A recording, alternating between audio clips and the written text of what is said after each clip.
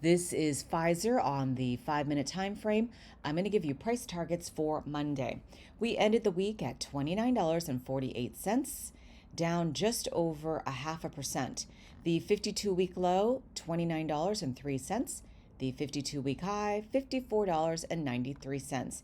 Taking a look at the performance for the week, we are down more than 4.5%.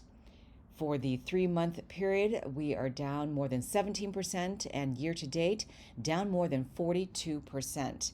The 1-year price target, though, is $39.71, which represents a 34% return from where we are.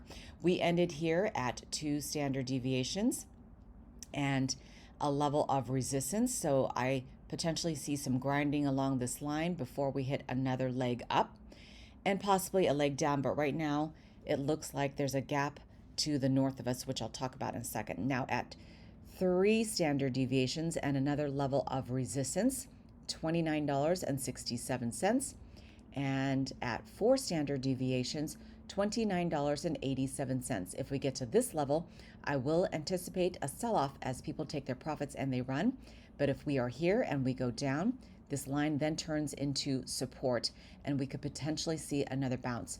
So if we go from here to down here, this would also turn into support, and I would anticipate a bounce from there. There's this gap to the north side that starts at $30.49, closes out at $30.75. Now, for the price points below this, VWAP is at $29.34. The middle of the trend on the linear is 29.05, roughly. Below that, at -2 standard deviations and another level of support. And if we hit this line, I will anticipate a bounce at 28.64 or roughly thereabouts, 28.43, and 28.23. The RSI is turning down. Note the sell-off here, again at 2 standard deviations, a level of resistance and a possible take profit area.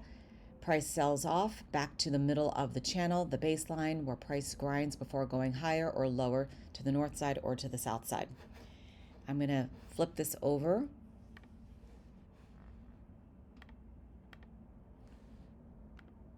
to the daily time frame and show you price. So we are right here. So to the middle of the channel would take us to roughly $31.73 to the north side, and to the south side, $26.46. Obviously a lot of levels in between to get to here or even to here. And then if we make it to this level at 2 standard deviations on the daily, that's $36.96. Obviously we are not close, and the channel is still going downward, so that does not look good. But here is the 1-year price target. Back on the 5-minute time frame, we are not in the zone yet for the gap up. This is just a potential area where we could reach, because gaps do tend to fill. Just putting that on your radar. And that does it for me. Don't forget to set your stop loss if you are just day trading or doing quick scalps or getting in and out, quick swing trades. If there is a stock that you would like me to go over, please let me know, and thank you so much for watching.